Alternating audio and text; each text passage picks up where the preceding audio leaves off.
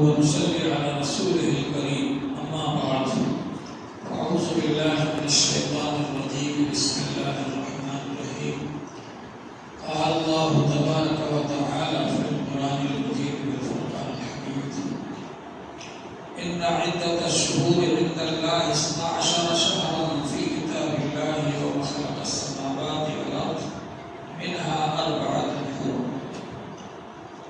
اللہ جل شانہ کا بڑا فضل و کرم ہے، اس کا انعام و احسان ہے کہ اس نے ہم لوگوں کو یہ مبارک مہینہ عطا فرمایا۔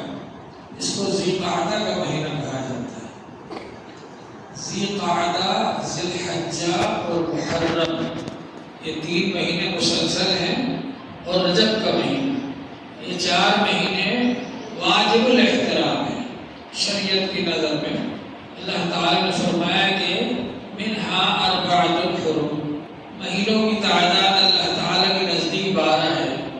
کفار مشرکی مہینے آگے پیچھے کر دیا کرتے تھے، کوئی مہینہ ڈبل کر دیا، کسی مہینے کا کہہ دیا وہ آئے نہیں اس طرح، کسی مہینے کو کچھ کر دیا، تو اس طرح سے مہینوں کو آگے پیچھے کر دیتے تھے۔ فرمایا انما النسیء زیادۃ، اس طرح سے کرنا ہے زیادتی ہے، تو مہینوں کی تعداد 12 ہی رہے گی۔ اللہ تبارک و تعالیٰ نے مقرر فرما دیا۔ ان 12 مہینوں میں سے 4 مہینے واجب الاحترام ہیں، ان کا احترام کرنا ضروری ہے۔ یسألونک عن الشہر الحرام قتال فیہ قل قتال فیہ کبیر وصد عن سبیل اللہ۔ آپ سے پوچھتے ہیں اس واجب الاحترام مہینے میں جنگ کرنا کیسا ہے؟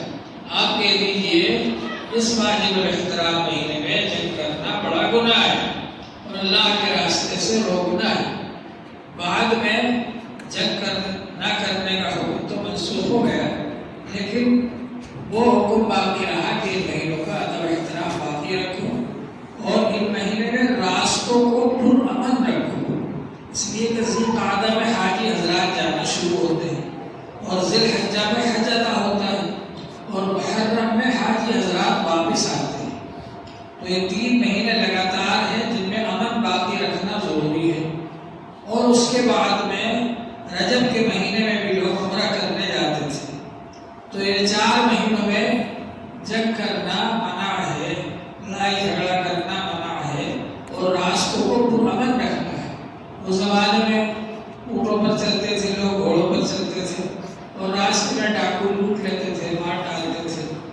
تو مسلمانوں کو یہ حکم دیا گیا کہ اس بات کی کوشش کرو کہ ان 4 مہینوں میں راستے پرامن رہیں، تاکہ حاجی حضرات اور وہ حضرات جو عمرہ کرنے جائیں وہ امن کے ساتھ میں حرم شریف پہنچ جائیں اور وہاں سے واپس آ جائیں۔ یہ جو اس کے بعد والا مہینہ آ رہا ہے یہ ذی الحجہ کا مہینہ ہے۔ ذی الحجہ، ذو الحجہ دونوں طرح پڑھ سکتے ہیں۔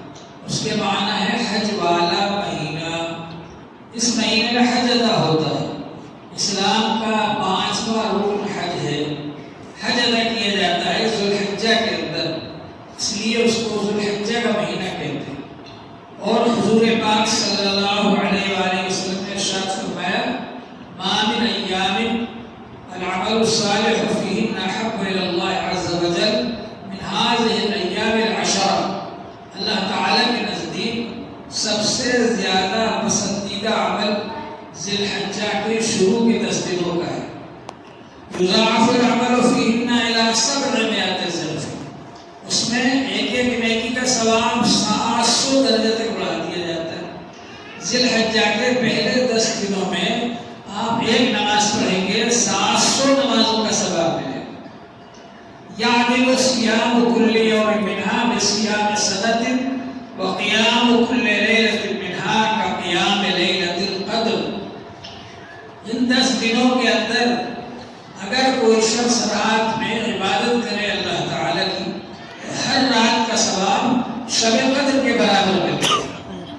آپ شب قدر تلاش کرتے ہیں، ایک رات 10 راتیں جاگتے رمضان، ایک رات شب قدر مل جائے، مل گئی کیا کہنے آپ کی قسمت کے، نہیں ملی تب بھی تلاش کرنے کا ثواب تو ملے گا ہی،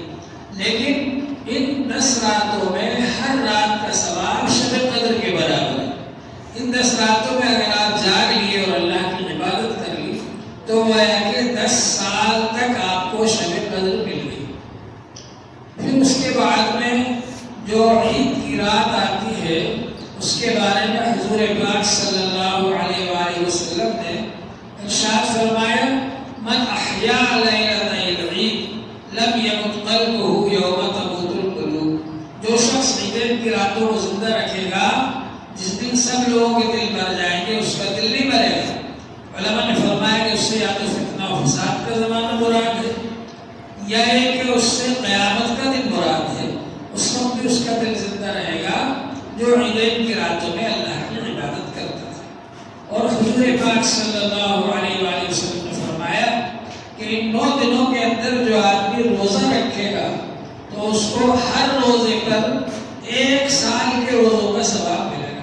یعدل صیام کل یوم منہا کصیام سنۃ، 1 سال کے روزوں کے برابر اجر و ثواب۔ اور نبی تاریخ کے بارے میں حضور پاک صلی اللہ علیہ وآلہ وسلم نے فرمایا فما یرا یوم اکثر عتیقا من النار من یوم عرفہ، یوم عرفہ میں جتنے جہنمیوں کو آزاد کیا جاتا ہے کسی دن اتنے جہنمیوں کو آزاد نہیں کیا جاتا۔ اور فرمایا حضور صلی اللہ علیہ وآلہ وسلم نے صیام یوم عرفہ احتسب علی اللہ ان یکفر السنۃ التي قبلہ والسنۃ التي بعدہ، یوم عرفہ کے بارے میں مجھے اللہ تعالیٰ سے امید ہے کہ یوم عرفہ کا روزہ 1 سال کے اگلے اور 1 سال کے پچھلے گناہوں کا کفارہ ہو جائے گا۔ تو یہ بڑا قیمتی وقت آ رہا ہے، اس کی ہم لوگ قدر کریں، جو کہ ذی الحجہ کا مہینہ ہوگا اور اس میں زیادہ سے زیادہ اللہ تعالیٰ کی عبادت کریں۔ اور نبی تاریخ سے اس میں تکبیر تشریق شروع ہو جائے گی، یعنی عید کے 1 دن پہلے سے جو فجر کی نماز ہوگی نبی تاریخ کی، اس وقت سے تکبیر تشریق شروع ہو جائے گی۔ اللہ اکبر لا الہ الا اللہ واللہ اکبر وللہ الحمد، یہ ہر نماز کے بعد 1 بار زور سے کہنا ہے مردوں کے لیے، اور خواتین گھر میں نماز پڑھیں گی تو آہستہ سے کہنا ہے گھر میں۔ تو اس طرح سے یہ بڑا قیمتی وقت آ رہا ہے۔